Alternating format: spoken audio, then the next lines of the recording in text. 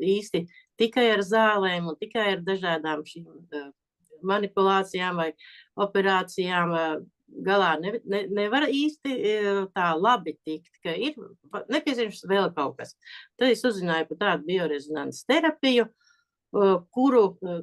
godīgi sakot, arī pat jau studiju laikā kaut kas no tiem pamatiem jau bija, kad ar šīm frekvencēm, ar šīm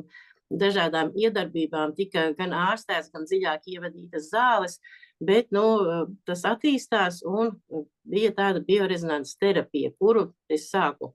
pētīt, mācīties, studēt, izprast, un tad, kad es viņu izpratu un apgūtu, tad arī sāku pielietot gan sev, gan arī pacientiem saviem, jo arī pati ar savām veselības problēmām īsti galā netiku, bija ļoti augsts asinsspiediens, kā jau parastais vienmēr stress, nav īsts dienas režīms, nav pareizs, kad arī